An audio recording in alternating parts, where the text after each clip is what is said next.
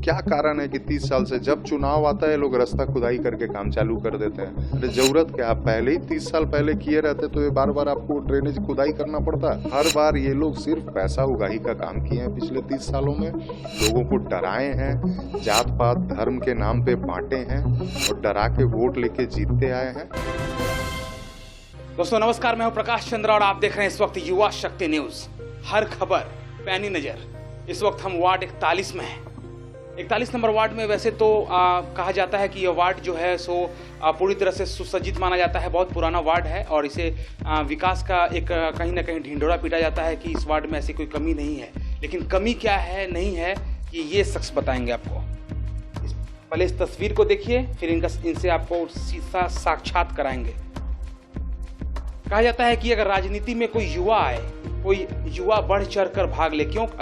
एक तो वो पढ़ा लिखा होना चाहिए, दूसरा वो तकनीकी युक्त होना चाहिए, और ये तमाम गुण जिस व्यक्ति में, जिस युवा में मौजूद हैं, वो युवा हमारे साथ हैं। वार्ड 41 से राजीव सिन्हा साहब है। बहुत बहुत स्वागत है राजीव जी, आपका समय देने के लिए बहुत बहुत स्वागत। बहुत बहुत धन्यवाद। अच्छा, ये जो 41 नंबर वार्ड है, इससे तो स्थापित जो काउंसलर है उनका तो कहना है हमेशा कि ऐसी कोई कमी नहीं है, सब कुछ साफ सुथरा है, बहुत सारे विकास हो रहे हैं। लेकिन क्या कमी है तो आप बताएं। और उससे पहले मैं आप बता दूं कि ये खुद बयां करेंगे कि इनके जो पापा हैं उनका कितना नाम है, कितना सुनाम है इस वार्ड में, थोड़ा ये बताएं।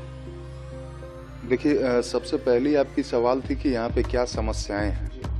तो यदि 41 वार्ड की समस्याएं मैं गिनाने जाऊं आपको तो शायद 24 घंटे भी कम पड़ जाएंगे। और रही बात अगर इस वार्ड की आपको विकास की तस्वीरें देखनी है तो बस आप यहाँ से निकल के जब भी थोड़ी सी बारिश हो तो आप मुक्ताराम बाबू स्ट्रीट, मदन चटर्जी लेन, मछुआ फल मंडी, मुंशी सदरुद्दीन लेन और सैयद सैली लेन, मदन मोहन बर्मन स्ट्रीट, इन इलाकों में घूम के आ जाइए और वो भ्रम आपकी दूर हो जाएगी। जो भी यहाँ से जीती हुई प्रत्याशी आपको जो उन्होंने झूठा बयान दिया है उसकी पोल खुल जाएगी। क्योंकि यहाँ पे बारिश नहीं भी होती है तो घुटनों तक कचड़ों का अंबार है और उसकी तस्वीर मेरे पास है और आप चाहें तो मैं आपको दे दूंगा। और दूसरी बात जो आपने कही मेरे स्वर्गीय पिता विधायक अनय गोपाल सिन्हा के बारे में, तो देखिए वो पिछड़ों के लिए, गरीब के लिए उन्होंने अपना पूरा जीवन ही अपने कम उम्र में उनका देहांत हो गया। वो 47 ईयर ओल्ड थे, 47 साल के थे जब उनका देहांत हुआ और उन्होंने अपना सारा जीवन ही पिछड़ों के लिए, गरीब के लिए, जरूरतमंदों के लिए दे दिया। वो समाज और राज्य के लिए, देश के लिए जिए अंतिम समय तक। उनके नाम का आज भी जो फायदा है, जो उनके किए हुए सदकर्मों का फल है कि आज मैं दूसरी बार चुनाव लड़ रहा हूं और हार जीत अपनी जगह है, लेकिन पार्टियां और अभी विश्व की सबसे बड़ी राजनीतिक दल भारतीय जनता पार्टी ने भी मुझ पे भरोसा जताकर 41 वार्ड का प्रत्याशी बनाया है। ये उन्हीं के कर्मों का और माता पिता के कर्मों का सदफल है।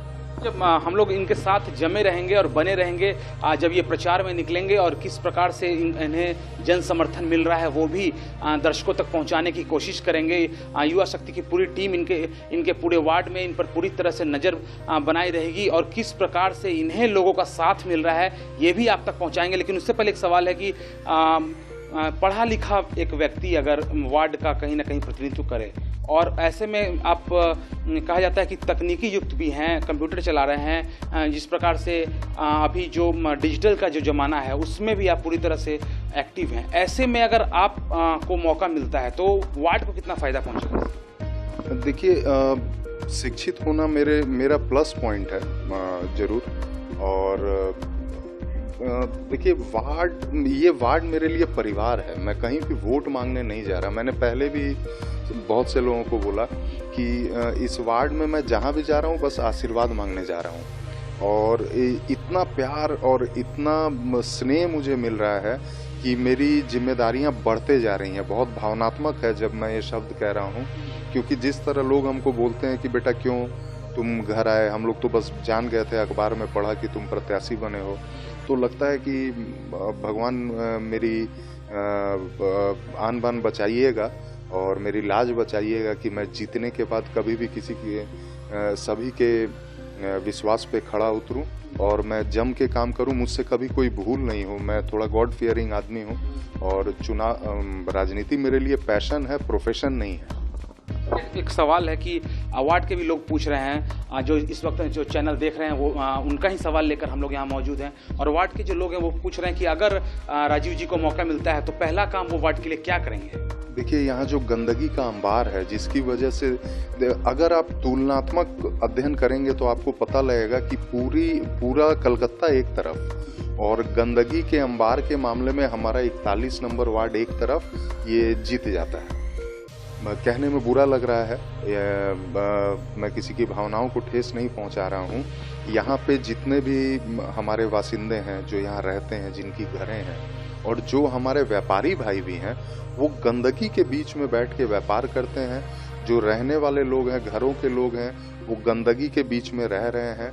मुझे तो लगता है कि पूरे कलकत्ता में डेंगू और मलेरिया का जो मच्छर है वो यहीं से उठ के पूरे कलकत्ता में फैलता है। तो ये 41 वार्ड नहीं, पूरे वार्ड के साथ पूरे कलकत्ते की जिम्मेदारी मेरे ऊपर आ जाएगी।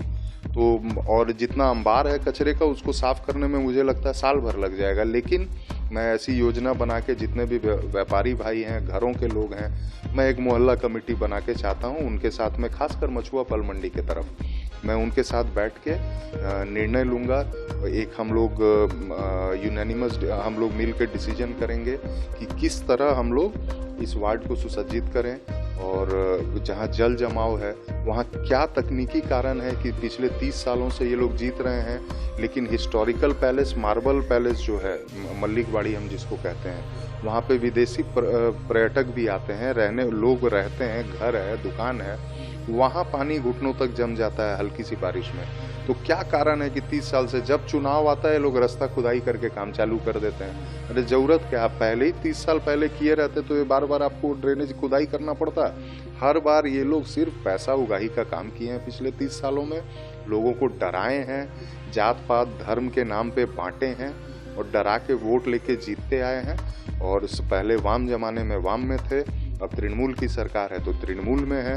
इनकी अपनी व्यक्तिगत छवि इतनी गंदी है, इतनी खराब है कि ये लोग प्रशासन के सहारे के बिना, इन्हें भी मालूम है हम नहीं जीत सकते, इसीलिए तृणमूल का इन्होंने दामन थाम लिया। खून जो है वो तो उबाल मारेगा ही आने गोपाल सिन्हा का ये जो खून है। और सबसे बड़ी बात है कि जो कहते थे इनके पिता वो करते थे, और उन्हीं का ये जो बेटा है इस वक्त आपके द्वार पर आपका उम्मीदवार बनकर खड़ा है। आप इन्हें भी सपोर्ट कीजिए। एक मेरा अंतिम सवाल है, उसके बाद हम लोग इनके प्रचार में इनके साथ रहेंगे, लेकिन एक मेरा अंतिम सवाल है कि कहा जाता है कि मैं नहीं हम, आप हमेशा ये बात आप हमेशा कहते हैं। तो जब आप अगर वार्ड के काउंसलर बन जाएंगे, आप यहाँ के एक समझ लीजिए कि उस परिवार के श्रेष्ठ बन जाएंगे, तो ऐसे में ये जो आपका मैं नहीं हम वर्ड है, ये कितना कारगर सिद्ध होगा, थोड़ा बताएं। देखिए, मैं नहीं हम, जब मैं पहली बार चुनाव लड़ा था तो ये स्लोगन मैंने अपने सभी प्रचार सामग्री के साथ और प्रचार के दौरान इस स्लोगन का मैंने इस्तेमाल किया था, जिसका बखूबी मुझे हम सभी को फ़ायदा मिला था और लोगों को ये स्लोगन बहुत पसंद आई थी। तो उसी वक्त हमने एक रजिस्टर्ड संस्था बनाई और उसके बाद हमने जितनी भी सोशल वर्क है इस मैं नहीं हम के तहत की। मैं नहीं हम मुझे भी अच्छा लगता है क्योंकि कहीं ना कहीं मैं खुद को सेकुलर मानता हूँ। मैं जात पात ऊंच नीच भेदभाव में मैं विश्वास नहीं करता। मुझे ये लगता है कि मेरे जो बच्चे हैं या किसी के भी जो छोटे बच्चे हैं उनके अंदर में ये जहर बोना ठीक नहीं है और ये देश के लिए भी ठीक नहीं है।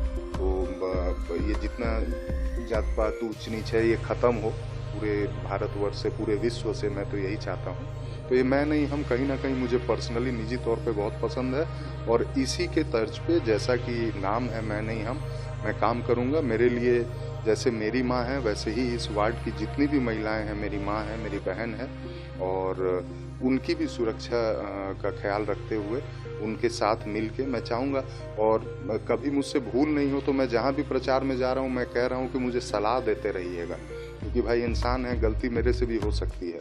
तो भूल हो तो आप लोग एक अभिभावक के तौर पे मुझे टोकिए, मुझे बीच बीच में मेरी गलतियों का एहसास दिलाते रहिए ताकि मैं अच्छा काम बस जारी रखूं। चलिए बने रहिए हमारे साथ और जमे रहिए हमारे साथ। कैमरा पर्सन राजेंद्र दत्त, प्रकाश चंद्रा, युवा शक्ति।